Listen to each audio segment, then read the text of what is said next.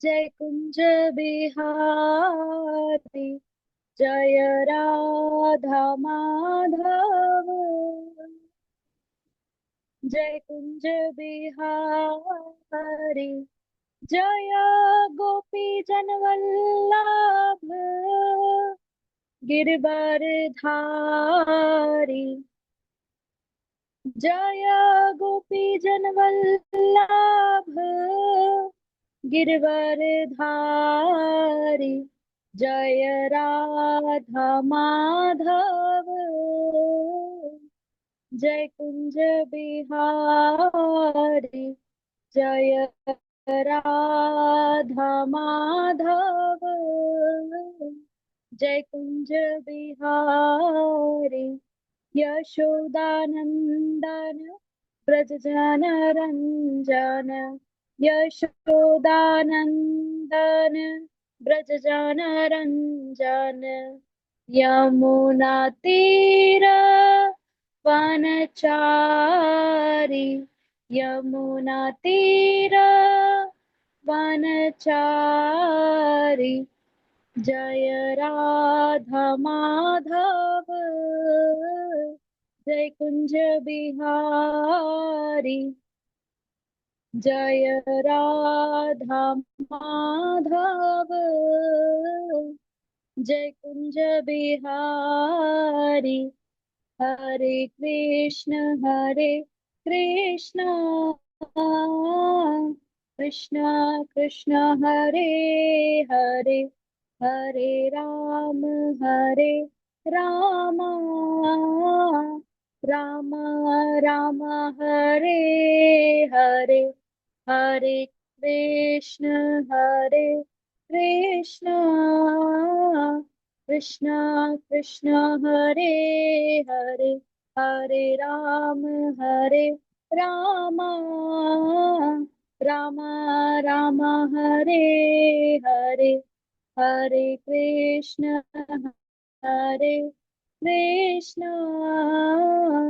कृष्ण कृष्ण हरे हरे हरे राम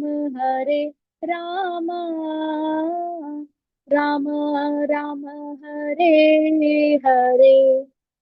हरे कृष्ण प्रभु जी। हरी बोल हरी बोल। ये प्रभुपाद जी को सबसे प्रिय भजन लगता था। प्रभुपाद जी अपने क्लास में पहले भजन जरूर गाते थे।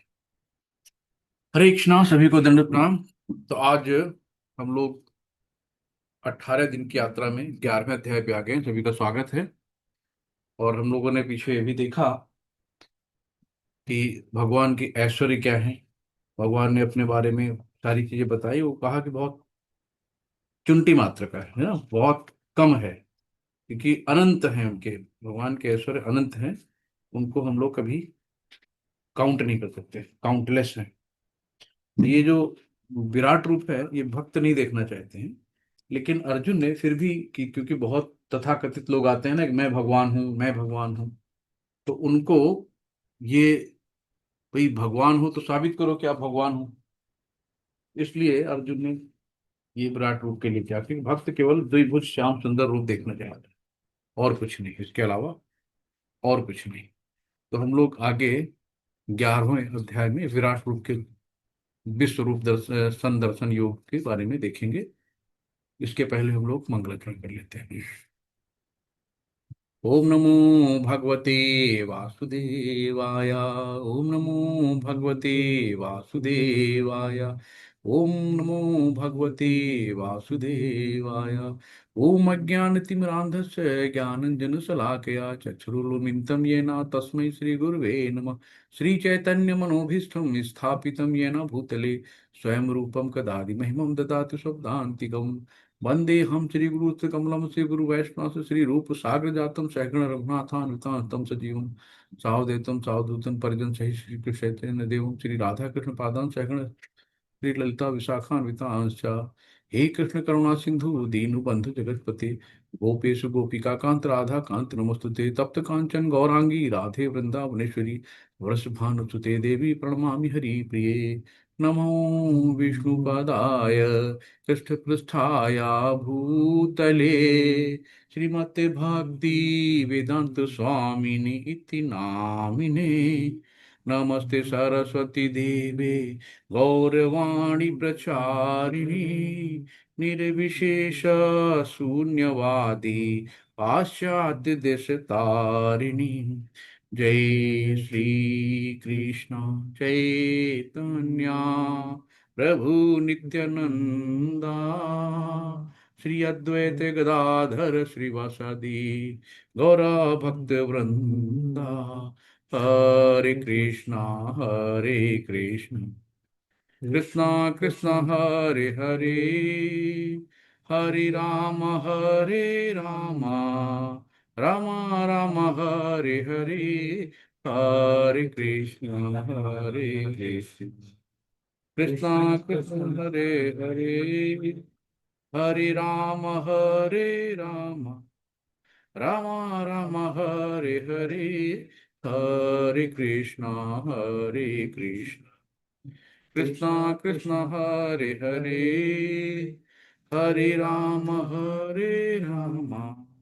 राम राम हरे हरे हरे कृष्णा। सभी को दंडप्रणाम। हरे कृष्णा। तो आज हम लोग भगवान का विश्व रूप संदर्शन योग देखने जा रहे हैं। तो जिसमें 10वें अध्याय में भगवान ने बोला कि मैं कौन हूँ, और 11वें अध्याय में भगवान अपनी तिजोरी खोल देंगे, है ना, कि पूरी पूरी अभी बताया कि मैं कौन हूँ। तो उसके बाद भगवान यहाँ पे अपनी तिजोरी खोल रहे हैं, बता रहे हैं कि देखो मेरे बारे में, है ना।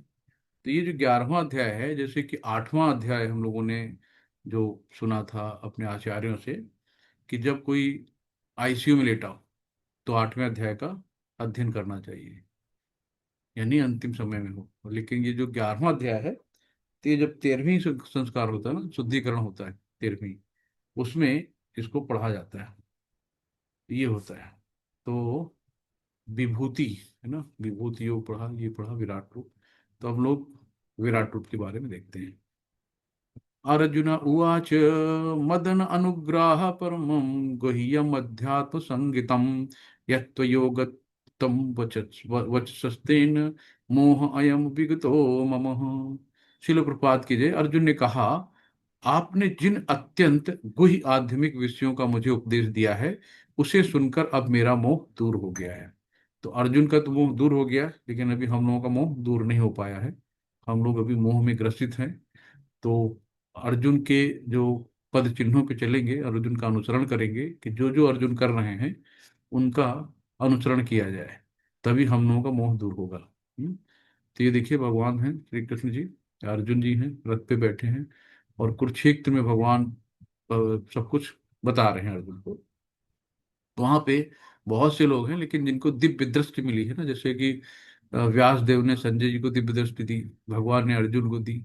तो जो भगवान को हम लोग इन भौतिक आंखों से नहीं देख सकते, उसके लिए दिव्य चक्षु चाहिए। तो वही कहते हैं कि अत्यंत गुही आध्यात्मिक विषयों का उपदेश भगवान ने दिया है, और ये सब सुनकर मोह दूर हो गया है। तात्पर्य शिला प्रपात की जय। जहां तक अर्जुन की बात है, उसका कहना है कि जब उसका मोह दूर हो गया, इसका अर्थ ये हुआ कि वो कृष्ण को अपना मित्र स्वरूप सामान्य मनुष्य नहीं मानता, है ना। पहले कृष्ण सखा थे, उनके मित्र थे, सब साथ में खेले हैं, गुरुकुल में पढ़े बड़े हुए हैं। तो इस तरीके से मित्रता तुमको कभी ए कृष्ण ए वाले कुछ भी कह सकते थे। लेकिन जब अब क्या हुआ, उनको एक ये हट गया कि नहीं, ये तो भगवान है ना। तो अपने आप अर्जुन के मन में उनके लिए श्रद्धा भाव आ गई। तो मित्र रूप सामान्य मनुष्य नहीं मानता, अपितु उन्हें प्रत्येक वस्तु का कारण मानता है ना, सर्व कारण कारणम। तो सारे कारणों के कारण भगवान है ना। तो हम लोग जैसे कि गोलोक चार्ट में पढ़े थे ना, कि जब भगवान क्या होते हैं ना, भगवान जब विस्तार होते हैं, तो कारण, है ना, कारणोदक्षाई विष्णु होते हैं, तो कारण स्वरूप होते हैं, कि सारे जब उनके श्वास से सारे ब्रह्मांड बाहर आते हैं, श्वास से सारे प्रलय हो जाती है, तो कारण स्वरूप है। तो कारण सागर में लेटते हैं, और अनेक ब्रह्मांड उनसे निकलते हैं, उसी में एक पृथ्वी छोटा सा ब्रह्मांड है। तो जब ब्रह्मांड में आते हैं तो गर्भोदक्षाई रूप में होते हैं, उनका विस्तार होता है। और वही आगे विस्तार करके जो हर हर एक प्राणी के हृदय में क्षीरोदक्षाई विष्णु के रहते हैं। 3 तरह के विष्णु हो गए। तो जो महाविष्णु है, कारणोदक्षाई विष्णु है, वो उनका विस्तार है। वो भौतिक जगत में है ना। सारे ब्रह्मांड उन्हीं से, उनके सांस से निकलते हैं। जब सांस छोड़ते हैं तो ब्रह्मांड बाहर आते हैं, सांस खींचते हैं सारा प्रलय हो जाता है, सारे ब्रह्मांड उनके अंदर समा जाते हैं। आगे विस्तार करते हैं, यानी प्रत्येक ब्रह्मांड में गर्भोदक्षाई विष्णु के रूप में आते हैं। उनके कमल नाभ से ब्रह्मा जी की उत्पत्ति होती है। ब्रह्मा जी को सारा ज्ञान दे देते हैं और वो फिर आगे सृष्टि बनाते हैं, फिर आगे सृष्टि की रचना करते हैं, आगे की चीजें हैं। और अगला अगला जो विस्तार होता है वो होता है गर्भ गर्भोद क्या है, क्षीरोदक्षाई विष्णु के रूप में। तो जो हर प्राणी के हृदय में विद्यमान है, गर्भोदक्षाई विष्णु के रूप में। तो ये हुआ। तो अर्जुन ने क्या कहा कि उनको वो सब समस्त वस्तु का कारण मान लिया। किंतु अब ये सोचता है कि भले ही वो कृष्ण को हर वस्तु का कारण मान ले, किंतु दूसरे लोग नहीं मानेंगे। तो अर्जुन ने तो मान लिया, अर्जुन का मोह दूर हो गया। क्या दूसरे लोग मानेंगे? हैं, यहाँ हर चार में एक कहता मैं भगवान हूँ, मेरी पूजा करो। लाखों गुरु पैदा हो गए। अब जहां देखो हर आदमी अपने आप को गुरु, अपने आप को कृष्ण का अवतार कह रहा है ना। कुछ लोग तो कृष्ण का अवतार करते करते जेल भी चले गए। अतः इस अध्याय में सबों के लिए कृष्ण की अलौकिकता स्थापित करने के लिए कृष्ण से प्रार्थना करता है कि वो अपना विराट रूप दिखाए, है ना। तो कृष्ण की अलौकिकता स्थापित करने के लिए कृष्ण से प्रार्थना करता है कि वो अपना विराट रूप दिखाएं। तो तथाकथित जो बहुत लोग कहते हैं ना कि हम भगवान हैं, तो उनसे कह दो भाई अपना विराट रूप दिखा दो केवल, बस तुरंत भाग जाएंगे। तो अर्जुन चाह रहा था कि विराट रूप में ब्रह्मांड के भीतर कैसे ये होता है, इसके बारे में। ये फिर गड़बड़ हो गया यार, छोटा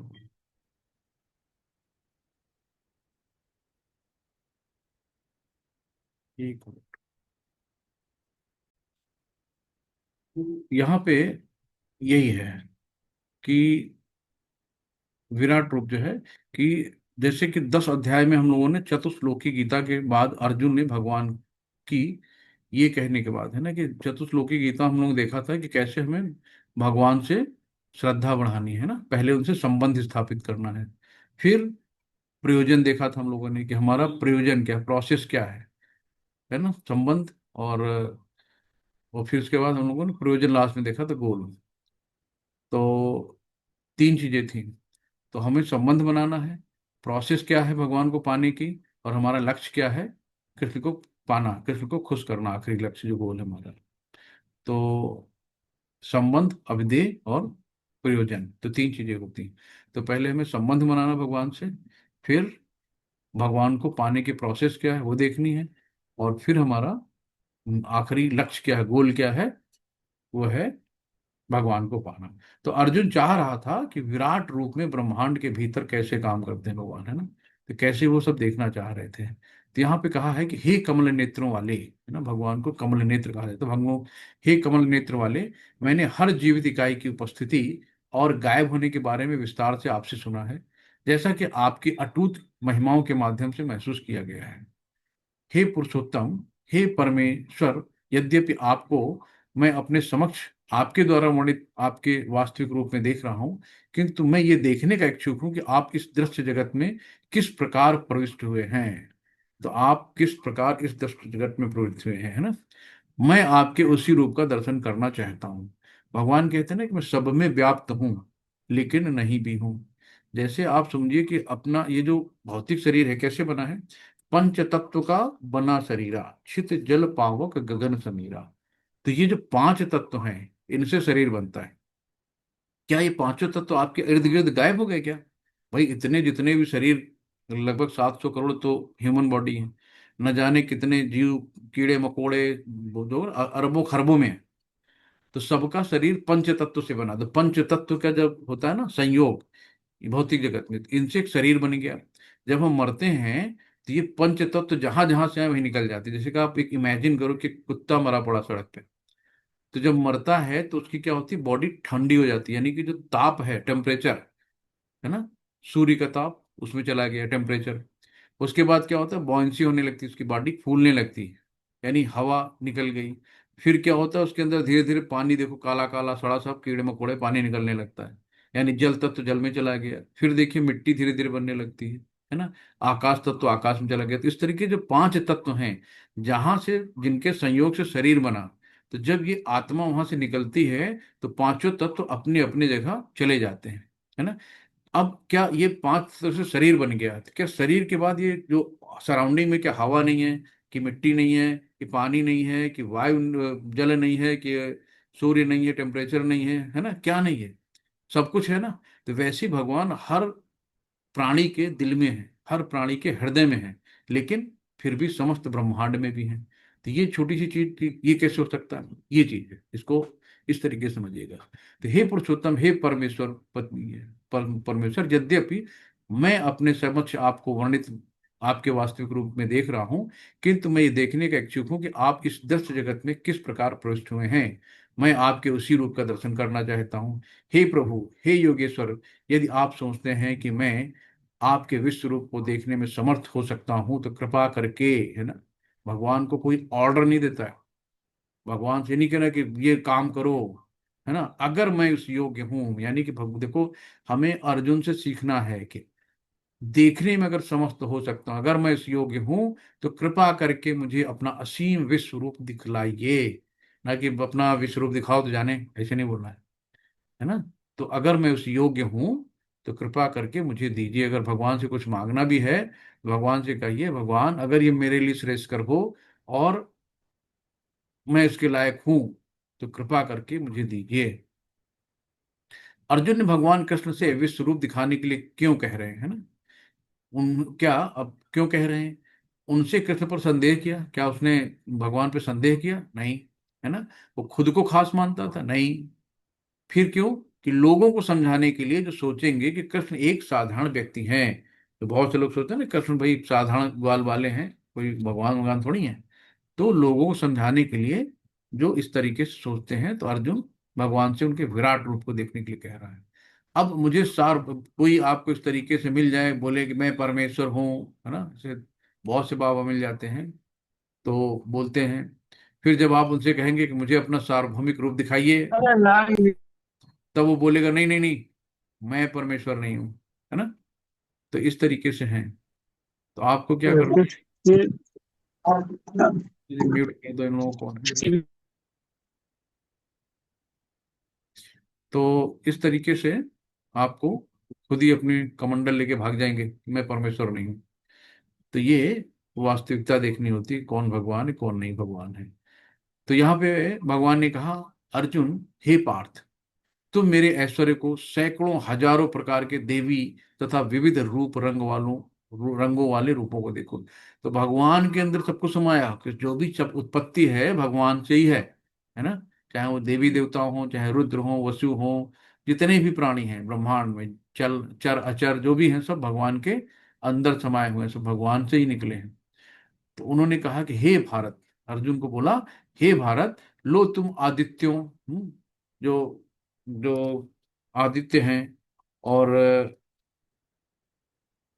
आदित्यों, वसुओं, रुद्रों, अश्विनी कुमारों तथा अन्य देवताओं के विभिन्न रूपों को यहाँ देखो। तुम ऐसे अनेक आश्चर्यमय रूपों को देखोगे जिन्हें पहले किसी ने ना तो कभी देखा है और ना सुना है। तो भगवान कह रहे हैं कि सब कुछ देखो, आदित्य है, वसु हैं, रुद्र हैं, अश्विनी कुमार हैं, देवता हैं, सब भगवान के अंदर समा है ना। तो ये सब अनेक आश्चर्यमय रूपों को भगवान दिखाने जा रहे हैं अर्जुन को। हे अर्जुन, तो अर्जुन की निगाह से हम लोग भी देखेंगे, है ना। तो आप सोचिए कि हम कुरुक्षेत्र में खड़े हैं और जो जो अर्जुन देख रहे हैं हम भी देख रहे हैं, उसी को ऐसा फील करिए अपने अंदर। तो जो भी देखना चाहो उसे तत्क्षण मेरे शरीर में देखो। तुम इस समय तथा भविष्य में भी जो देखना चाहते हैं वो विश्व रूप में देखने वाला, दिखाने वाला है। तो यहाँ एक ही स्थान पर चर अचर सब कुछ है, जो चलायमान है, जो नहीं मोटाइल है, नॉन मोटाइल है, सब कुछ भगवान एक ही जगह दिखा रहे हैं आपको। तो किंतु तुम मुझे अपनी इन आंखों से नहीं देख सकते, भगवान ने कहा ना कि तुम ये जो भौतिक आंखें हैं, इन भौतिक आंखों से मुझे नहीं देख सकते, अतः मैं तुम्हें दिव्य आंखें दे रहा हूं, है ना। तो दिव्य आंखें जो होती हैं, डिवाइन आइज, उन्हीं से लोग देख सकते हैं भगवान को। ये आंखें, हम एक बल्ब की रोशनी को ध्यान से नहीं देख सकते, है ना। सूरज तो बड़ी बात है, सूरज भगवान के नेत्र हैं, तो भगवान को देखने उनका इतना तेज है कि हम उनकी सूरज तक तो नहीं पहुंच सकते, सूर्य की रोशनी नहीं देख सकते। मतलब ये, अगर 500 वाट का बल्ब जला दिया जाए उसको हम एक टक नहीं देख सकते। तो हमारी आंखें इतनी कमजोर हैं भौतिक आंखें। तो इसीलिए भगवान कहते हैं मैं तुम्हें दिव्य आंखें देख रहा हूँ ना। जैसे हम लोग 3D मूवी देखने जाते हैं ना, 3D चश्मा लगाते हैं, तो वैसे ही जो भगवान को देखना है तो दिव्य आंखें चाहिए। तो अब मेरे योग ऐश्वर्य को देखो। तो भगवान ये बोलते हैं कि अब मेरे योग ऐश्वर्य को देखो। तो भगवान के अनंत रूप और अनंत नाम है ना। यहाँ पे अब संजय को भी दिव्य दृष्टि किसने दिया था? वेद व्यास जी ने दिया था। क्योंकि जब वे आए तो उन्होंने कहा कि चलो पहले धृतराष्ट्र को बोले कि मैं आपको आंखें दे देता हूँ, तो आप देखो कि यहाँ पे क्या क्या हो रहा है, तो आप यहाँ बैठ के देख सकते हो। तो पहले देखो कितनी साइंस एडवांस थी, है ना। तो आज ये मोबाइल और टावर सब चले हैं, लेकिन पहले भी कितनी सब चीजें थी। पुष्पक विमान था कि उसमें कितनी भी सवारियां बैठ जाए तब भी एक सीट खाली रहती थी, है ना। ना पेट्रोल की जरूरत ना कुछ, आराम से उड़ता था, चाहे जहां ले जाओ। और ये देखिए संजय लाइव टेलीकास्ट, मतलब दूरदर्शन है, संजय जी पूरा लाइव टेलीकास्ट दिखा रहे हैं उनको। तो धृतराष्ट्र ने कहा कि मैं तो जन्म से अंधा हूं, तो मैंने ना अपनी पत्नी को देखा, ना बीबी को, ना भाइयों को, ना गुरुओं को, तो मैं कैसे पहचानूंगा? अगर मुझे आंख मिल भी गई तो मैं कौन कहूंगा कि ये कौन मेरा बेटा है, कि पांडवों का बेटा है, ये कौन गुरु है, ये भीष्म कौन है, फलाने कौन है? मैं तो सबको पहचानता ही नहीं हूँ। तो मुझे आंखें देने से कोई मतलब ही नहीं, मैं किसी को जान भी नहीं पाऊंगा कि कौन मारा जा रहा है, कौन जीत रहा है। तो संजय को उन्होंने कहा कि संजय को दे दो। तो संजय सबको पहचानते थे, तो संजय को दिव्य दृष्टि दी। संजय दूरदर्शन बन के उनको लाइव टेलीकास्ट कर रहे हैं धृतराष्ट्र को। संजय उवाच एवं मुक्त्वा तत्तु राजन् महायोगेश्वरो हरिः दर्शयामास पार्थाय परमं रूपमैश्वरम्। संजय ने कहा, हे राजा, इस प्रकार कहकर महायोगेश्वर भगवान ने अर्जुन को अपना विश्व रूप दिखलाया। फिर अर्जुन ने इस विश्व रूप में असंख्य मुख, असंख्य नेत्र तथा असंख्य आश्चर्यमय दृश्य देखे। ये अनेक रूप अनेक दैवी आभूषणों से अलंकृत था और अनेक दैवी हथियार उठाए हुए था। ये दैवी मालाएं तथा वस्त्र धारण किए थे और उन पर अनेक दिव्य सुगंधियां लगी थी। सब कुछ आश्चर्यमय, तेजमय, असीम तथा सर्वत्र व्याप्त था। तो पूरे ब्रह्मांड में जिधर भी निगाह डालो, सिर्फ भगवान, सिर्फ भगवान, है ना। अर्जुन एकदम आश्चर्यचकित कि पूरे ब्रह्मांड में सब कुछ भगवान के अंदर है। जितने चर अचर जल थल सब जो प्राणी हैं, सब भगवान, जितने देवी देवता आदित्य, सब कुछ जो भी है सब भगवान के अंदर है ना। तो ये सब अर्जुन एकदम आश्चर्यचकित विस्मय होके देख रहा है। तो सर्वत्र प्राप्त है ना। यदि आकाश में हजारों सूर्य एक साथ उदय हो तो उनका प्रकाश शायद परम पुरुष के इस विश्व रूप के तेज की क्षमता कर सके। मतलब सोचो, एक सूर्य जो पूरे ब्रह्मांड को उजाला देता है ना। और बता रहे हैं अर्जुन कि हजारों सूर्य भी उनके तेज का मुकाबला नहीं कर सकते, है ना। तो जो तेज है, यानी कि जो ब्रह्म ज्योति है, ये भगवान के शरीर का ही तेज है ना। जो विशेषवादी मायावादी ब्रह्म ज्योति तक टिकते हैं तो उनको ये नहीं पता कि ब्रह्म ज्योति है कहाँ से, इसके पीछे है क्या, है ना। शक्ति देख रहे हैं लेकिन शक्तिमान नहीं दिखता उन्हें। वही है, यानी कि अगर ट्रेन है तो ट्रेन की हेडलाइट भी तो देखो ना। हेडलाइट दिख गई लेकिन ट्रेन के पीछे और क्या क्या है नहीं दिखता है। ये है। उस समय अर्जुन भगवान के विश्व रूप में एक स्थान पर स्थित हजारों भागों में विभक्त ब्रह्मांड के अनंत अंशों को देख सका। तो भगवान के अनंत जो हैं रूप, अनंत उनके जो अंश हैं, एक ही जगह अर्जुन बैठ के सब कुछ देख रहे हैं। तब मोहग्रस्त एवं आश्चर्यचकित रोमांचित हुए अर्जुन ने प्रणाम करने के लिए मस्तक झुकाया। अर्जुन ने प्रणाम करने के लिए मस्तक झुकाया और वो हाथ जोड़कर भगवान से प्रार्थना करने लगा। तो अब हमें क्या करना है कि हमें अर्जुन सिखाएंगे कि भगवान की प्रार्थना कैसे करते हैं, किन किन चरणों में भगवान की प्रार्थना होती है। इस तरीके से हमको भी भगवान की प्रार्थना करनी है। अर्जुन ने कहा, हे भगवान कृष्ण, मैं आपके शरीर में सारे देवताओं तथा अन्य विविध जीवों को एकत्र देख रहा हूं। मैं कमल पर आसीन ब्रह्मा, शिव तथा समस्त ऋषियों एवं दिव्य सर्पों को देख रहा हूं। ये कह रहे हैं कि मैं सबको देख रहा हूं। सब कुछ भगवान के अंदर ही है। हे विश्वेश्वर, हे विश्वरूप, मैं आपके शरीर में अनेकानेक हाथ, पेट, मुंह तथा आंखें देख रहा हूं, जो सर्वत्र फैले हैं और जिनका अंत नहीं है। आप में न अंत दिखता है और न मध्य और न आदि। मतलब न अंत है, न आदि है, न मध्य है, कुछ है ही नहीं। अनंत है भगवान, है ना, अनंत, सर्वत्र फैले हैं। तो आपके रूप के उसके चकाचौंध के कारण देख पाना कठिन है। तो भक्त एक कहता है ना कि अपने ऊपर का जो ये स्वर्ण तेज आवरण है इसको हटाओ, यानी कि इस चमक को हटाओ भगवान, तभी तो भगवान दिखेंगे। जब रोशनी के आगे आंखें नहीं खुल पाएगी तो हम भगवान के दर्शन कैसे करेंगे। तो भगवान अपने तेज को जब हटाते हैं तब उनके पीछे उनका रूप दिखता है। तो आपके रूप उस चकाचौंध के कारण देख पाना कठिन है, क्योंकि वो प्रज्वलित अग्नि की भांति अथवा सूर्य के अपार प्रकाश की भांति चारों ओर फैल रहा है। तो भी मैं इस तेजोमय रूप को सर्वत्र देख रहा हूँ, जो अनेक मुकुटों, जो गदाओं तथा चक्रों से विभूषित हैं। अब यहाँ पे देखिए, आप परम आद्य गेय वास्तु है ना, आप परम आद्य गेय यानी जानने योग्य, आप इस ब्रह्मांड के परम आधार यानी आश्रय हैं। आप अव्यय तथा पुराण पुरुष हैं, है ना, अव्यय जिसका कभी व्यय खत्म नहीं होता है, पुराण सबसे पुराना। आप सनातन धर्म के पालक हैं, भगवान हैं, यही मेरा मत है।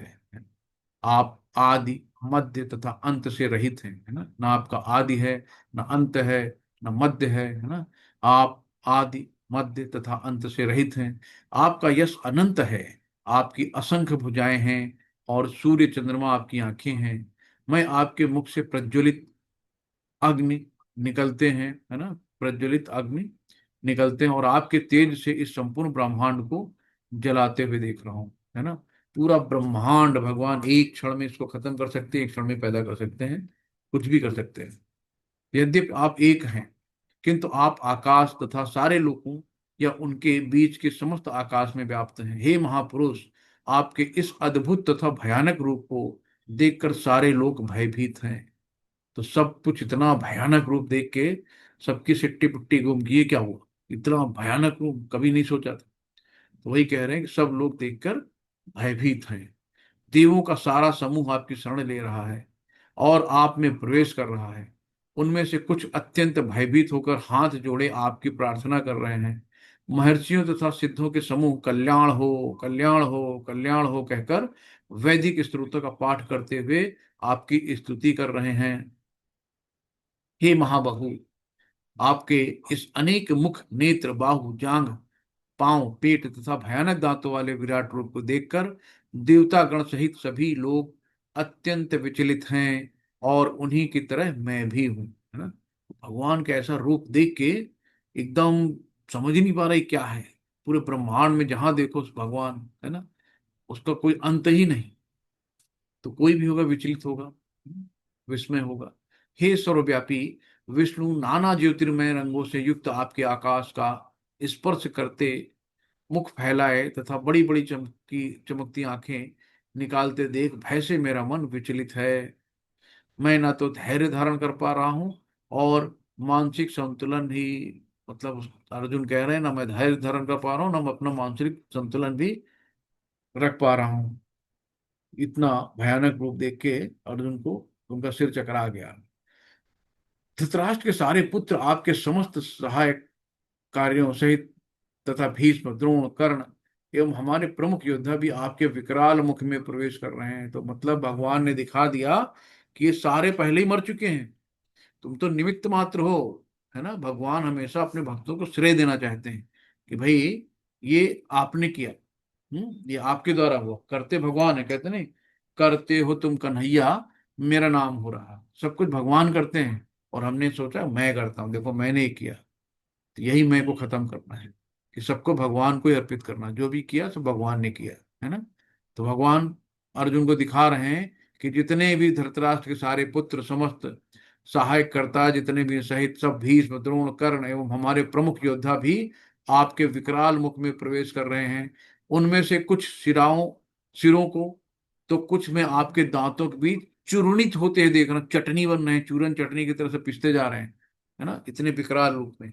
और अर्जुन खामखा डर रहा था कि अरे मैं कैसे मारूंगा इनको, ये तो मेरे ताऊ जी हैं, बाबा हैं, मेरे भाई हैं, मेरे गुरु हैं, मेरे मामा हैं, मेरे फूफा हैं। तो भगवान ने यहाँ दिखा दिया कि पहले ही मारे जा चुके हैं, तो इनकी आप फिक्र ना करो। तो जिस प्रकार नदियों की अनेक तरंगें समुद्र में प्रवेश करती हैं, उसी प्रकार ये समस्त महान योद्धा भी आपके प्रज्वलित मुखों में प्रवेश कर रहे हैं। तो भगवान यही बता रहे हैं कि जैसे समुद्र में आके सारी नदियां मिलती हैं ना, उसी प्रकार समस्त महान योद्धा भी आपके प्रज्वलित मुखों में प्रवेश कर रहे हैं। और कुछ तो चूर्ण चूर्ण बनते जा रहे हैं, एकदम जैसे ग्राइंडिंग मशीन में डाल दिया ना, मिक्सी में डाल के पीस दिया। तो यहाँ पे कहा, भगवान ने कहा कि समस्त जगत को विनष्ट करने वाला काल मैं हूं। तो भगवान ने कहा है काल मैं हूं, काल मतलब समय, और लोगों के पास समय नहीं है।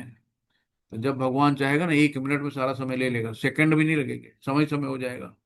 लेकिन जब तक हम हैं तब तक कहते, अरे भाई समय नहीं यार, कहाँ समय, कौन 1 घंटे बैठेगा, कौन ये सब, मुझसे नहीं होगा, बुढ़ापे में करेंगे। तो उनको पता है बुढ़ापा आएगा कि नहीं आएगा ये भी नहीं पता, है ना। देखिए भगवान के नाम के लिए लोगों के पास समय नहीं रहता है। 1 घंटे भी सुन लें, इतना बढ़िया नामानिष्ठादास प्रभु जी ने इतनी बढ़िया सुविधा दी है कि घर बैठे आपको केवल फ्री ऑफ कॉस्ट केवल 1 मिनट लिंक जूम में ऑन करनी है और बैठ के सुनना है। तो श्रवणम सबसे अच्छी भक्ति है, उसके लिए भी लोगों के पास टाइम नहीं है। भगवान कहते हैं कि मैं इस जगत को विनष्ट करने वाला काल मैं ही हूं, और मैं यहाँ समस्त लोगों का विनाश करने के लिए आया हूं। तुम्हारे यानी पांडवों के सिवा दोनों पक्षों के सारे योद्धा मारे जाएंगे। यानी सिर्फ 5 पांडव, पांडवों के अलावा जितने दोनों पक्ष के योद्धा हैं सब मारे जाएंगे। तो ये भगवान ने स्वयं बता दिया। तस्मात् मुष्टिस्थ यशो लभस्य दिव्या शत्रुन भूतराजं समृद्धम मम मय्यत निहंता पूर्वमेव निमित्त मात्रं भाव सब साचिनः। तस्मात् मुत्तिष्ठ यशो लभस्व जित्वा शत्रुन् भूस्व राजं समुद्रम् मय्येवैते निहतां पूर्वमेव निमित्त मात्रं भाव सभ्य साचिन। शिला प्रपात की जय। हमेशा भगवान कहते हैं, ये नहीं कहते कि हाथ पे हाथ रख के बैठ जाओ। भगवान हमेशा कहते हैं उठो, यानी अपना कर्म करो। अर्जुन जैसे छत्री था, तो अर्जुन को कहते थे कि आप छत्री हो तो अपना, आपका कर्तव्य है युद्ध करना। तो हाँ, ये नहीं कि धनुष छोड़ के बैठ गए कि मुझसे ना हो पाएगा, है ना। तो हमेशा भगवान कहते हैं कर्म करो, कभी नहीं कहते खाली बैठो। अतः उठो, लड़ने के लिए तैयार हो जाओ और यश अर्जित करो, है ना, मतलब यश अर्जित करो। पहले ही सब मर चुके हैं, लेकिन कहा कहेगा कौन, अरे सब अर्जुन ने मारा, तो अर्जुन का यश होगा।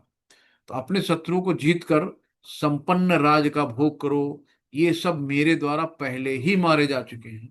भगवान ने कहा पहले ही मारे जा चुके हैं, लेकिन भगवान श्रेय अपने भक्तों को देते हैं कि हाँ भाई, मेरे भक्तों का नाम होगा तो मुझे बड़ी खुशी होगी। तो जैसे बच्चा आपका है, बच्चा जीतता है ना, हर माँ अपने बच्चों को जिताना चाहती है, अपने से छोटे को। हाँ जीत गया बच्चा, खुश, हाँ हाँ देखा मैंने मम्मी को हरा दिया, मैं विनर हूँ, मैं फर्स्ट आया, मैंने पहले दूध पी लिया, मैंने पहले कर लिया। तो माँ बाप को खुशी होती है। हाँ, मतलब अपने जिनको हम प्यार करते हैं ना, उनसे हमें हारने में खुशी होती है, जीतने में नहीं। तो वैसे ही भगवान है, भगवान अपने शिष्यों को बहुत प्यार करते हैं, तो उनको जीतना, उनको श्रेय देना, ये भगवान को खुशी होती है। तो भगवान ने कहा पहले ही मारे जा चुके हैं। हे सभ्य साची, तुम तो युद्ध में केवल निमित्त मात्र हो सकते हो। तो निमित्त मात्र हो सकते हो ना, कि तुम एक निमित्त मात्र हो, बाकी तो काम भगवान ने पहले ही कर दिया। भगवान ने सारी कॉपी लिख दी है, अब जाके केवल अपना नाम लिखाओ कि हाँ देखो ये कॉपी मैंने लिखी है, फर्स्ट क्लास में पास हो गया, है ना। तो ये है, तो भगवान जो है यही कहते हैं कि अपना यश अर्जित करो। तो सव्यसाची का मतलब धनुष बाण में निपुणता, जो दोनों हाथ से लड़ाई कर सकता है, सव्यसाची कहते हैं उसको। द्रोणं च भीष्मं च जयद्रथं च कर्ण तथान्यानपि योधवीरान् मया हस्तान् सत्वं जहि मा विधिष्ठा युद्धेस्व जेतासि रणे संपतान्। भगवान इतने कृपालु होते हैं कि भक्तों को इसका श्रेय देते हैं, है ना। तो अपना करेंगे, भगवान करता है तो कन्हैया और मेरा नाम हो रहा है। तो वही बात है, कन्हैया कर रहे हैं और वाहवाही हम लोग ले रहे हैं। तो द्रोण, भीष्म, जयद्रथ, कर्ण तथा अन्य महान योद्धा पहले ही मेरे द्वारा मारे जा चुके हैं। अतः उनका वध करो और तनिक भी विचलित ना हो। तुम केवल युद्ध करो, युद्ध में तुम अपने शत्रुओं को परास्त करोगे। अब इतनी बड़ी भगवान ने गारंटी दे दी और फिर भी युद्ध न करो, फिर भी क्या मतलब है भाई। संजय ने धृतराष्ट्र से कहा, हे राजा, भगवान के मुख से इन वचनों को सुनकर कांपते हुए अर्जुन ने हाथ जोड़कर उन्हें बारंबार नमस्कार किया। फिर उनसे भयभीत होकर अवरुद्ध स्वर में कृष्ण ने इस प्रकार कहा। अर्जुन ने कहा, हे ऋषिकेश, ऋषिकेश कहते हैं जो अपनी इंद्रियों का स्वामी होता है, इंद्रियों को जीत लेता है। हे ऋषिकेश, आपके नाम के स्मरण में संसार हर्षित हो रहा। जो आपका नाम है ना, उसको सुन के ही संसार हर्षित होता है और सभी लोग आपके प्रति अनुरक्त होते हैं। यद्यपि सिद्ध पुरुष आपको नमस्कार करते हैं, किंतु असुरगण भयभीत हैं, है ना, जो असुरगण हैं सब भयभीत हो रहे हैं। और जो सिद्ध पुरुष हैं, योग पुरुष हैं, महर्षि हैं, वो सब भगवान को नमस्कार कर रहे हैं और इधर उधर भाग रहे हैं। तो विराट रूप देख के सब डर गए। ये ठीक ही हुआ, हे महात्मा, आप ब्रह्म से भी बढ़कर हैं, है ना। तो ब्रह्म और भगवान, है ना, तो ब्रह्म जो है ब्रह्म से भी बढ़कर है। आप आदि सृष्टा हैं, यानी आदि का मतलब इसके पहले कोई नहीं था। तो फिर आपको सादर नमस्कार क्यों न करें। हे अनंत, इसका कोई अंत नहीं होता, हे देवेश, हे जगन निवास, आप परम स्रोत, अक्षर, कारणों के कारण तथा इस भौतिक जगत से परे हैं। आप आदिदेव, सनातन पुरुष तथा इस दृश्य जगत के परम आश्रय हैं। आप सब कुछ जानने वाले हैं और आप ही सब कुछ हैं जो जानने योग्य हैं। आप भौतिक गुणों से परे परम आश्रय हैं। हे अनंत रूप, ये संपूर्ण दृश्य जगत आपसे व्याप्त है। यहाँ पे बताया कि आपको अब अर्जुन क्षमा मांग रहा है। भाई कभी भी कोई गलती हो जाए तो उसे इजीली एक्सेप्ट कर लेना चाहिए, है ना। तो अर्जुन की तरह हमें भी अर्जुन का अनुसरण करना चाहिए कि कैसे हम सम क्षमा मांगते। तो आपको अपना मित्र मानते हुए मैंने हठ पूर्वक आपको हे कृष्ण, हे यादव, हे सखा जैसे संबोधन से पुकारा है, क्योंकि मैं आपकी महिमा को नहीं जानता था। मैंने मूर्खतावश या प्रेमवश जो भी कुछ किया, कृपया उसके लिए मुझे क्षमा कर दें। भाई साथ में खेलते थे तो सब तरीके से हे कृष्ण, हे यादव, हे सखा, ये सब संबोधन होते थे ना। बाद में उनको बोला, अरे यार ये तो कौन, तो भगवान के साथ में खेलता था, भगवान थे। बाद में उन्हें लगा, अरे भैया बहुत गलती हो गई, पता नहीं हमने बचपन में क्या क्या कहा, क्या क्या बोला, नहीं पता, है ना। इस तरीके से अर्जुन ने भगवान से क्षमा मांगी कि मैंने मूर्खतावश या प्रेमवश जो भी कुछ किया, कृपया उसके लिए मुझे क्षमा कर दें। यही नहीं, मैंने कई बार आराम करते समय एक साथ लेटे हुए या साथ साथ खाते या बैठे हुए, कभी अकेले तो कभी अनेक मित्रों के समक्ष आपका अनादर किया है। हे अच्युत, है ना, मेरे इस समस्त अपराधों को क्षमा करें। तो हमें भगवान से प्रार्थना करने के बाद क्षमा मांगनी चाहिए। पहले कभी न देखे गए आपके इस विराट रूप का दर्शन करके मैं पुलकित हो रहा हूँ, गदगद हो रहा हूँ, किंतु साथ ही मेरा मन भयभीत हो रहा, डर भी रहा अंदर से ना। अतः आप मुझ पर कृपा करें और हे देवेश, हे जगन निवास, आप पुरुषोत्तम भगवान स्वरूप पुनः दिखाएं। यानी कि ये विराट स्वरूप अपना बंद करो भगवान, इससे मुझे बहुत डर लग रहा है। आप मुझे पुनः अपना द्विभुज श्याम सुंदर रूप ही दिखाएं, वही सबसे अच्छा है। हे विराट रूप, हे सहस्त्र भुज भगवान, मैं आपके मुकुटधारी चतुर्भुज रूप का दर्शन करना चाहता हूँ, जिसमें आप अपने चारों हाथों में चक्र चक्र गदा तथा पद्म धारण किए हों। मैं उसी रूप को देखने की इच्छा करता हूँ। देखो विष्णु रूप में बड़े, है ना, शंख चक्र गदाधारी भगवान यहाँ पे खड़े हैं। तो दर्शन कर लीजिए, प्रणाम कर लीजिए भगवान को। हे कुरुक्षेत्र, तुमसे पूर्व मेरे इस विश्व रूप को किसी ने नहीं देखा, क्योंकि मैं न तो वेदाध्ययन के द्वारा, न यज्ञ द्वारा, न दान द्वारा, न पुण्य द्वारा, न कठिन तपस्या के द्वारा इस रूप में इस संसार में देखा जा सकता हूँ। भगवान स्वयं कह रहे हैं कि कुछ भी कर लो, इस रूप में आप मुझे कोई नहीं देख सकता। कितनी भी कठिन तपस्या करो, वेद अध्ययन कर लो, यज्ञ करो, दान करो, पुण्य करो, कुछ भी करो, लेकिन इस रूप में नहीं देख सकते। तो फिर तुम मेरे भयानक रूप को देखकर अत्यंत विचलित एवं मोहित हो गए हो। अब इसे समाप्त करता हूं। हे मेरे भक्त, तुम समस्त चिंताओं से पुनः मुक्त हो जाओ। तुम शांत चित्त से अपना इच्छित रूप देख सकते हो। भगवान ने धीरे धीरे फिर अपना वास्तविक रूप दिखाया और अर्जुन से कहा कि अब तुम शांत हो जाओ, डरो नहीं, है ना। संजय ने धृतराज से कहा कि अर्जुन इस प्रकार कहने के बाद भगवान कृष्ण ने अपना असली चतुर्भुज रूप प्रकट किया और अंत में दो भुजाओं वाला रूप प्रदर्शित करके भयभीत अर्जुन को धैर्य बंधाया। तो बाद में जो भी भक्त है ना, वो द्विभुज श्याम सुंदर रूप ही देखना चाहते हैं।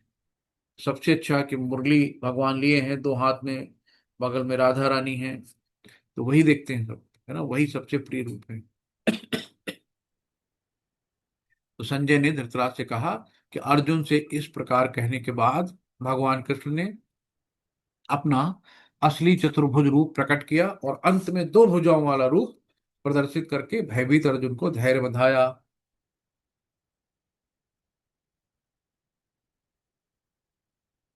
जब अर्जुन ने कृष्ण को उनके आदि रूप में देखा तो कहा, हे जनार्दन, आपके इस अतीव सुंदर मानवी रूप को देखकर मैं और स्थिर चित्त हो हूं और मैंने अपनी प्राकृत अवस्था प्राप्त कर ली है। जैसे ही भगवान द्विभुज रूप में आए, अर्जुन की दिल की धड़कनें कम हुई, शांत हुए, अब वो अपनी प्रकृति में जो नेचुरल अवस्था थी उसमें आ गए। श्री भगवान ने कहा, हे अर्जुन, तुम मेरे जिस रूप को इस समय देख रहे हो उसे देख पाना अत्यंत दुष्कर है। यहां तक कि देवता भी इस अत्यंत प्रिय रूप को देखने की ताक में रहते हैं। यानी कि देवता लोग क्या करते हैं, देवता लोग मैक्सिमम जाते हैं तो बैकुंठ धाम तक जाते हैं, है ना। तो बैकुंठ धाम में भगवान शेष नाग की सैया पे लेटे हैं, लक्ष्मी तो उनके चरण दबा रही हैं, वहां चतुर्भुज रूप में रहते हैं, यानी कि वो ऑफिस है भगवान का, है ना। तो जब देवता लोग जाते हैं तो चतुर्भुज रूप में ही देखते हैं, द्विभुज रूप में देवता नहीं देख पाते। द्विभुज रूप में नॉर्मल जैसे होते हैं ना, हम लोग अपने घर पे निक्कर बनियान पहन के टहल रहे, कोई मतलब ही नहीं है। लेकिन जब कभी ऑफिस जाते हैं तो वेल ड्रेस होके आराम से जाते हैं ऑफिस की तरह। तो भगवान जो अपने ऑफिस, जो उनका बैकुंठ धाम है ऑफिस है, और गोलोक वृंदावन धाम उनका घर है। तो देवता लोग घर तक तो पहुंच नहीं पाएंगे, ऑफिस तक जाते हैं। तो भक्त जो है भगवान के घर तक जाता है, तो भगवान को द्विभुज रूप में देख सकता है, सिर्फ भक्ति देख सकता है। वही भगवान यहाँ कह रहे हैं कि हे अर्जुन, हे अर्जुन, तुम मेरे जिस रूप को इस समय देख रहे हो उसे देख पाना अत्यंत दुष्कर है। यहाँ तक कि देवता भी इस अत्यंत प्रिय रूप को देखने की ताक में रहते हैं। बड़े भाग्य मानुष तन पाया, सुर दुर्लभ सदग्रंथन गाया। इसीलिए कहा गया है कि बहुत भाग्य से मनुष्य को जन्म मिलता है। कृष्ण भगवान की जय। देखिए कितना श्याम सुंदर रूप है, कितना बढ़िया सुंदर मोहिनी रूप। तो भक्त्या त्वन्या शक्य अहमेव विधो अर्जुन, ज्ञातुम द्रष्टु च तत्त्वेन प्रवेष्टुम च परन्तप।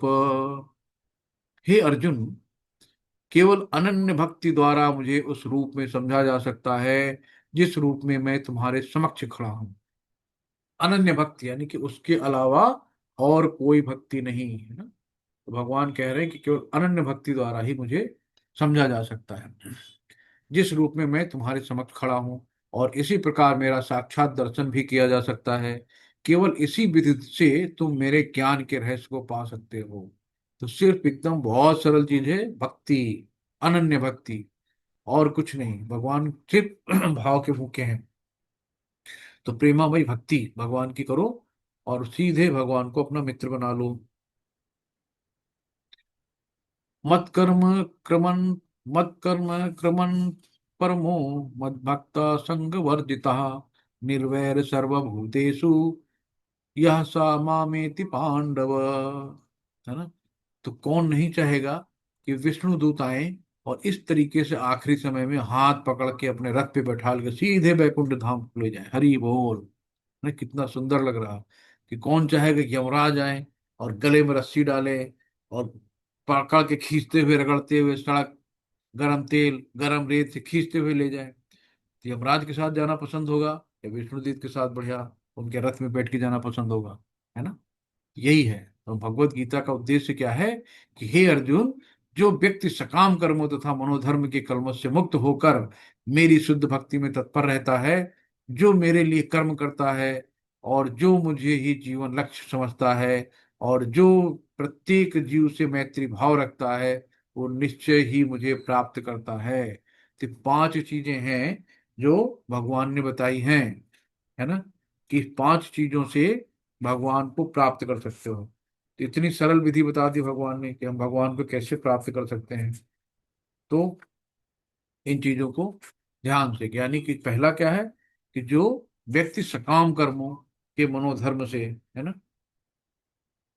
सकाम कर्म के मनोधर्मों से और कलमश से मुक्त होकर दूसरा, मेरी शुद्ध भक्ति कर तीसरा है, और जो मेरे लिए कर्म करता है चौथा, और जो मुझे ही जीवन का लक्ष्य मान समझता है पांचवा है, और प्रत्येक जीव से मैत्री भाव रखता है। तो ये जो पांच चीजें हैं, ये करने से भगवान कहते हैं निश्चय ही मुझको प्राप्त होता है। तो ये गीता का सार है। इसको एक श्लोकी गीता भी कहते हैं। ये है कि भगवान को जब समस्त कारणों को कारण जो भगवान को मान लेता है, वही भगवान को जान सकता है ना। भगवान कृष्ण के प्रति अविभाजित भक्ति सेवा कैसे शुरू करें। अब देखिए, जब हम लोग भक्ति करते हैं ना, ब्रह्म मुहूर्त में उठते हैं ना। ब्रह्म मुहूर्त में उठते हैं, सूर्योदय से 1.5 घंटे पहले का जो समय होता है, उसको हम लोग ब्रह्म मुहूर्त कहते हैं। तो 1.5 घंटे पहले ब्रह्म मुहूर्त का समय होता है। आप उस समय उठिए और नित्य क्रिया से निवृत्त होके, नहा धो के स्नान करके, भगवान के मंदिर की साफ वाफ करके, अपने जो घर पे मंदिर है ना, उनको लड्डू गोपाल, उनको नहला धुला के बढ़िया से अच्छे कपड़े पहना के, चंदन टीका लगा के, है ना, घंटी उंटी बजा के बढ़िया आरती अगरबत्ती घी की दिया जला के उनकी आरती करते हैं। प्रणाम करते हैं उनको। और फिर जो है वहां से निकल के किचन में जाके कुछ अच्छे से भोग लगाते हैं भगवान के लिए। भगवान को भोग लगाते हैं, फिर भगवान को भोग लगाने के बाद फिर हम लोग कुछ खाते हैं। तो इस तरीके से चीजों को करा जाता है। तो ये क्या बताया गया कि 5 बजे उसके बाद जब पूजा हो जाती है, फिर हम लोग नरसिंह प्रणाम करते हैं। नरसिंह प्रणाम करने के बाद फिर तुलसी आरती होती है। तुलसी आरती खत्म होने के बाद फिर बैठ जाते हैं चैंटिंग में, हरे कृष्णा कृष्णा कृष्णा हरे हरे, हरे राम राम राम हरे हरे। फिर धीरे धीरे करके लगभग 2 घंटे लगते हैं 16 माला करने में। तो सुबह सुबह जो काम हो जाता है, फिर सारा दिन के लिए फुर्सत। क्योंकि अगर सुबह अगर नहीं हो पाया तो फिर उसके लिए भागना पड़ता है। कभी कोई आ गया, कहीं कोई आ गया, डिस्टर्बेंस होता है। इसलिए मैक्सिमम क्या होता है कि सुबह 5 से 7 माला कर लो। तो यहाँ पे अभी आप लोग नए हैं, तो 1 माला से शुरू करें, धीरे धीरे 2 माला पे आए, फिर अपने आप कब 4 माला पे आ जाएंगे, फिर अपने आप कब 8 हो जाएगा, और कब फिर 16 हो जाएगा आपको पता नहीं। तो पहले 1 माला कठिन लगती है, फिर दो से इतनी स्पीड बढ़ती है, फिर 4 आती है, 4 से सीधे 8 आती है, और फिर 8 के बाद सीधे 16 पहुंच जाएंगे, है ना। जब आप स्टार्ट करेंगे ना, तो अपने आप को उसमें रस आने लगेगा, अच्छा लगेगा। तो ये है बताया गया है। अब कृष्ण को अपना हृदय दें। नहीं, भगवान कृष्ण के प्रति शुद्ध भक्ति सेवा कैसे शुरू करें, ये बता रहे हैं कि भगवान कृष्ण के प्रति शुद्ध भक्ति सेवा कैसे शुरू करें। यही सब बताया गया है कि हमें क्या है, अनन्य भक्ति भगवान श्री कृष्ण के अलावा और कुछ नहीं, और सिर्फ प्रेममयी सेवा करनी भगवान की, है ना। सबसे सरल काम है 4 नियमों का पालन करना, कम से कम 16 माला करना, इतना ही है। तो प्रभुपाद जी ने गारंटी दी है कि जो 4 नियमों का पालन करेगा, 16 माला माला करेगा, मैं गारंटी देता हूँ उसको भगवान धाम ले जाने की। तो हमारे गुरु महाराज इतने विश्वास के साथ कह रहे हैं, तो हमें उसमें, मुझे नहीं लगता बहुत कठिन काम है। ये शुरू कर देना चाहिए। तो ये अध्याय 11 का सारांश है कि अर्जुन कृष्ण से अपने सार्वभौमिक रूप को दिखाने का अनुरोध करता है ना, कि आप अपना विराट रूप दिखाइए। भगवान कृष्ण अपने सार्वभौमिक रूप का वर्णन करते हैं। उन्होंने बताया सब अपने बारे में कि सारे जो मेरे पूरा ब्रह्मांड, आदि है, न अंत है, न मध्य है, सारे देवी देवता, यक्ष, आदित्य, वासु सब भगवान के शरीर में समाये हैं।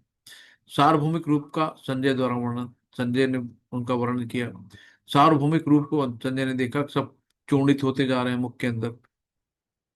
सार्वभौमिक रूप देखकर अर्जुन मान गए। उन्होंने फिर क्षमा याचन की कि भगवान, जो भी मुझसे गलती हुई है उसके लिए क्षमा करो। हमने आपको कृष्ण यादव सखा जो भी कहा, कृष्ण का काल रूप देखा ना, भगवान काल है, सब कुछ उनके अंदर समा जाता है। अर्जुन की प्रार्थनाएं देखी, अर्जुन ने प्रार्थना की भगवान को, हे अच्युत, और कृष्ण को देखने के लिए शुद्ध भक्ति की जरूरत है ना। तो एक भगवान भक्त्या मां भी जाने आती, यावन्यश्चात्म तत्वतः। एक भक्त ही भगवान को जान सकता है, अजटित तत्वतः। तो हमें क्या करना है, भगवान को जानना है, भगवान को रिझाना है। कैसे जानना है? भगवान को प्रेममयी भक्ति करके, भगवान की सेवा करके, है ना। भगवान कहते हैं आप एक कदम बढ़ाओगे तो हम 10 कदम बढ़ाएंगे। तो आप भगवान की तरफ एक कदम बढ़ाइए, भगवान आपकी तरफ 10 कदम बढ़ाएंगे। शिल प्रभुपाद की जय। स्वामी प्रभुपाद से कुछ शब्द हैं भगवान के बारे में। प्रभुपाद जी क्या बता रहे हैं? सारांश ये है कि कृष्ण ने अपने क्षण भंगुर विश्व रूप के साथ साथ काल रूप, जो सब कुछ भक्षण करने वाला है, काल के गर्त में सब समा जाते हैं, है ना। तो इसी के लिए भगवान ने कहा मैं काल।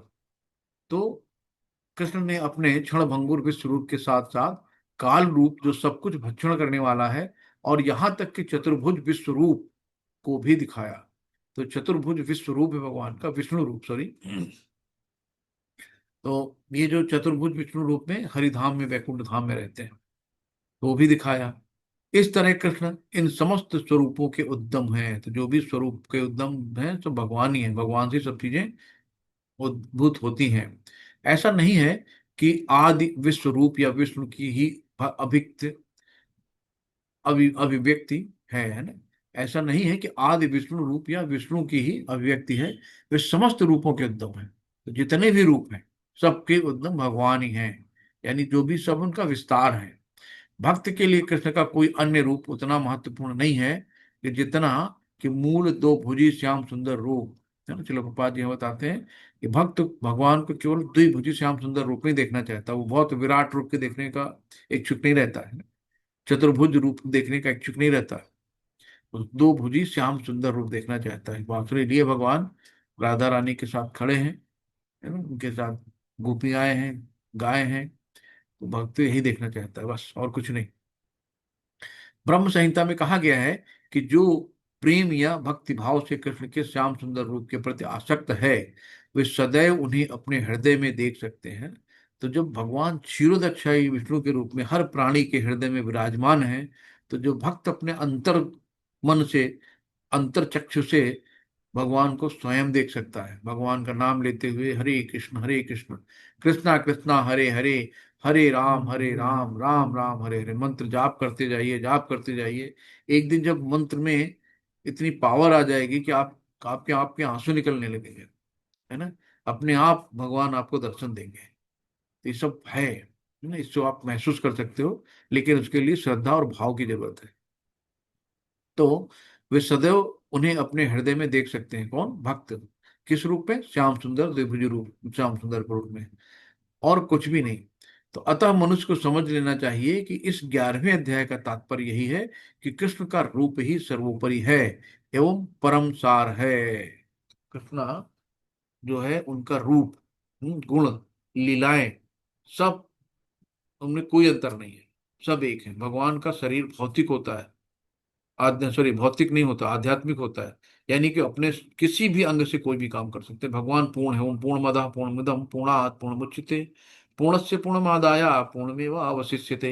तो भगवान पूर्ण है, वो अपने किसी भी अंग से कुछ कर सकते हैं। अपने हाथ से चल सकते हैं, नाक से खा सकते हैं, कान से बोल सकते हैं, है ना। उनका भौतिक शरीर है, सॉरी सॉरी बार बार भौतिक, उनका आध्यात्मिक शरीर है, उनका भौतिक शरीर नहीं है। तो हम लोगों का भौतिक शरीर है। तो भौतिक शरीर नष्ट हो जाता है। जितनी भी भौतिक चीजें हैं ना, जितनी भी हम यहाँ पे देखते हैं ब्रह्मांड में, सब नश्वर हैं। लेकिन जो आध्यात्मिक जगत में है वो सब शाश्वत है, उनका कभी नष्ट नाश नहीं होता है। तो आत्मा आध्यात्मिक है ना, शाश्वत है, जिसका नाश नहीं होता। शरीर भौतिक है, जो नष्ट होते रहते हैं। शिल प्रभुपाद की जय। तो इस तरीके से ये 11वां अध्याय समाप्त होता है। और किसी को इसमें कोई भूल सुधार, मुझे जो त्रुटि हो, आप मुझे बता सकते हैं। किसी का कोई क्वेश्चन हो मुझसे आप पूछ सकते हैं। हरे कृष्णा, सभी को दंडवत प्रणाम। हरे कृष्णा। सभी लोग अनम्यूट करके हरे कृष्णा बोलेंगे। हरे कृष्णा। हरे कृष्ण। हरे कृष्णा। हरे कृष्ण। हरे कृष्णा। हरे हरे कृष्ण कृष्ण। प्रभु प्रभु जी, जी। हरे कृष्णा। हरे कृष्णा जी। प्रभु जी बताइए, प्रभु जी। ये करें प्रभु जी, मेरे मन में मतलब कि वो समझा जाए तो एक तरीके से मतलब कि वो गलत गलत विचार है। क्योंकि आज के प्रभु जी का कम से कम प्रभु जी 13-14 साल पहले मैं मतलब कि शास्त्रीय संगीत सीख रहा था, तो उसमें मतलब मेरे पिताजी मतलब कि किस भी कारणवश मतलब कि सफल नहीं किए। तो वो क्या है कि प्रभु जी अब इस समय मैं सीखता हूँ भागखंडे विश्वविद्यालय से, लखनऊ से हमारा तैयारी चल रहा है। लेकिन पिताजी लेकिन सॉरी प्रभु जी, वो जो समय था, जो हमारा इतना समय जो बर्बाद हुआ, तो वो मतलब कि पिता अंदर वो रहता है कि नहीं, मतलब कि पिताजी ने की वजह से हमारा ये समय बर्बाद हुआ। और इसलिए मैं कुछ उनको कह भी देता हूँ, और जो कि मुझे कहना नहीं चाहिए, इसके लिए मुझे बाद में रोना भी बहुत आता है।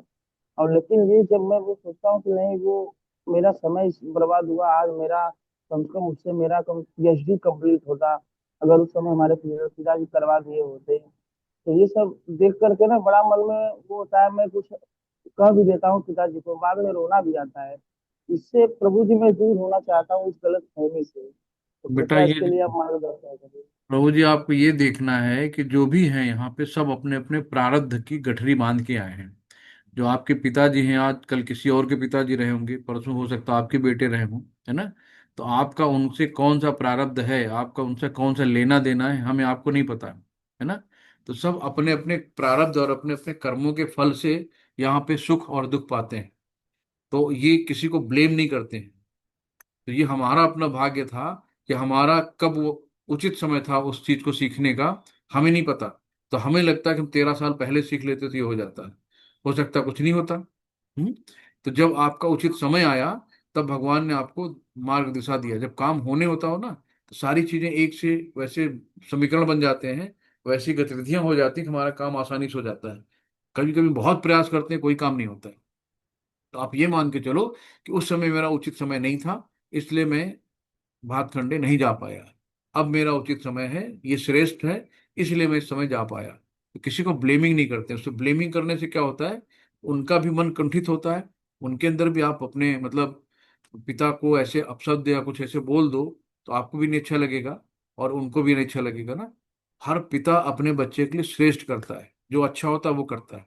लेकिन हर बच्चे को लगता है कि मेरे पिता बेकार है, इनको कुछ आता नहीं, आउटडेटेड है ना। ऐसे नहीं सोचते हैं। पिता पिता होते हैं।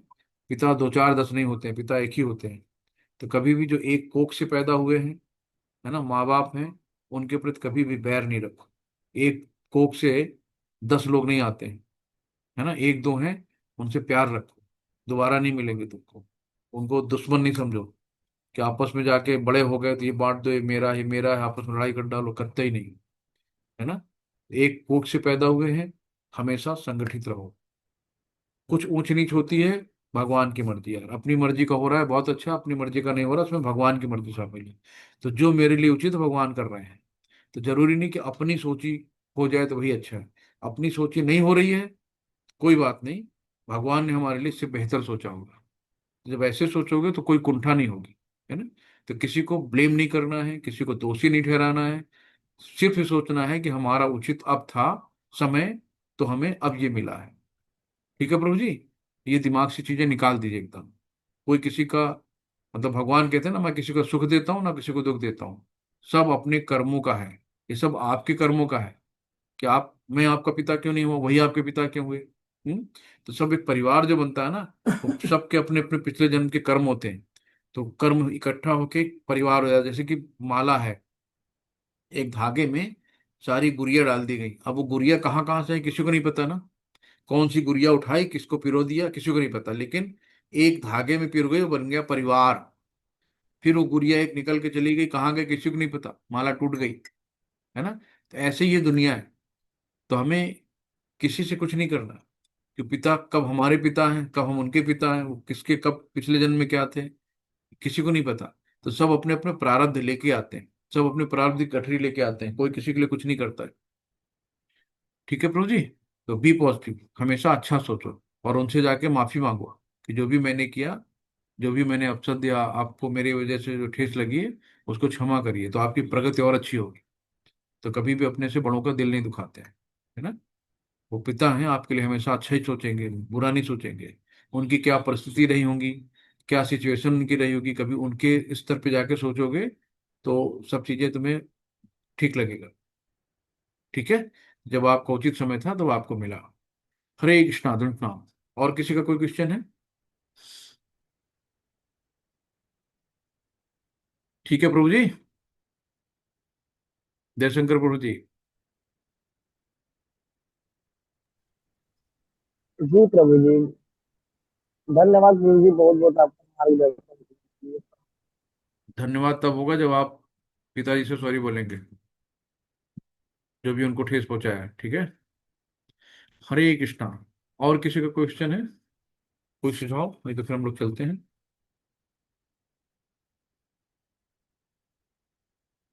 वांछा कल्पतरुभिक्षा कृपा सिंधु एव च पतितानां पावनेभ्यो वैष्णवेभ्यो नमो नमः। हरे कृष्णा कृष्णा कृष्णा हरे हरे, हरे राम राम राम हरे हरे। हरे कृष्णा कृष्णा कृष्णा हरे हरे, हरे राम राम राम हरे हरे। हरे कृष्णा कृष्णा कृष्णा हरे हरे, हरे राम राम राम हरे हरे। अनंत कोटि वैष्णव बंद की जय, शिल प्रपाद की जय, गुरु महाराज जी की जय, सभी भक्तों की जय हो। जय जय श्री राधे, जय जय श्री राधे। हरे कृष्णा, सभी को प्रणाम, हरे कृष्णा।